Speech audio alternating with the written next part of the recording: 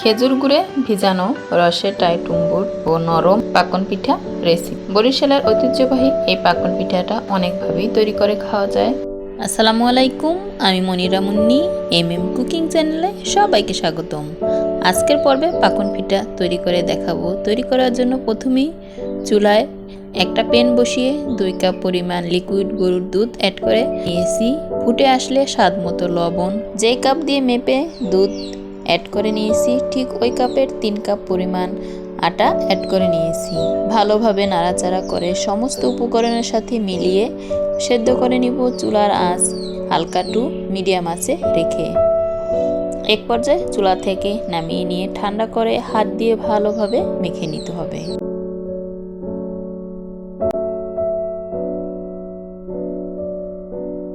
Pan থেকে একটা পিড়ায় নামিয়ে নিয়ে হাতের তালুর অংশে অল্প অল্প পানি লাগিয়ে নিব আর মেখে নিব।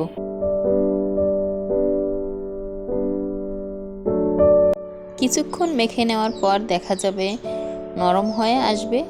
এ পর্যায়ে এখানে একটা ডিম ভেঙে অ্যাড করে নিব।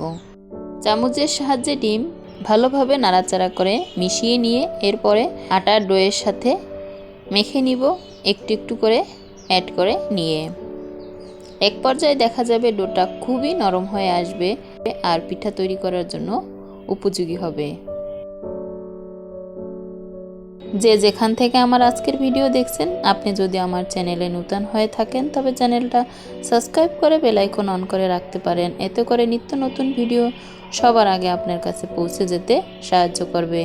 একটা লাইক ও কমেন্ট করে আপনার মূল্যবান মতামত জানিয়ে দিতে পারেন।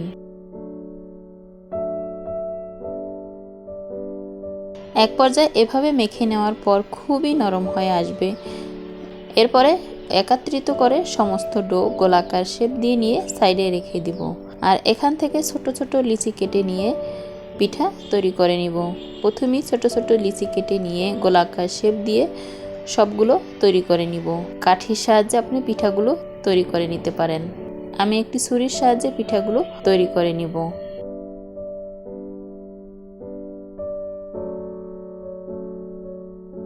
সবগুলো আমি এখানে গোলাকার শেপ দিয়ে নিয়েছি আর এভাবে ছুরির সাহায্যে ডিজাইনটা তৈরি করে নিব।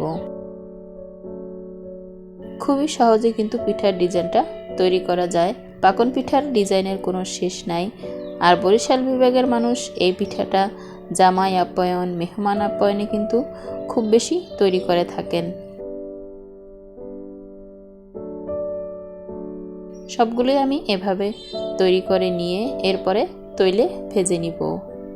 সবগুলো পিঠা কথা বলতে বলতে তৈরি করে নিয়েছি। আর চুলায় একটা প্যান বসিয়ে পর্যাপ্ত পরিমাণ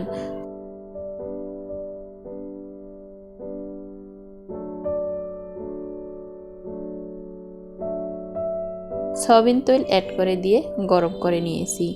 গরম তেলে পিঠাগুলো অ্যাড করে দিয়ে কিছুক্ষণ ওয়েট করে উল্টিয়ে নিতে হবে। এরপরে আবারও উল্টিয়ে নিয়ে মিডিয়াম টু লো আঁচে রেখে ভেজে নিয়ে তেল থেকে তেল ছাঁকনির সাহায্যে তুলে নিয়ে তেলটা ঝরিয়ে নিব। এরই ফাঁকে চুলায় একটা প্যান বসিয়ে এখানে খেজুর গুড় অ্যাড করে নিলাম।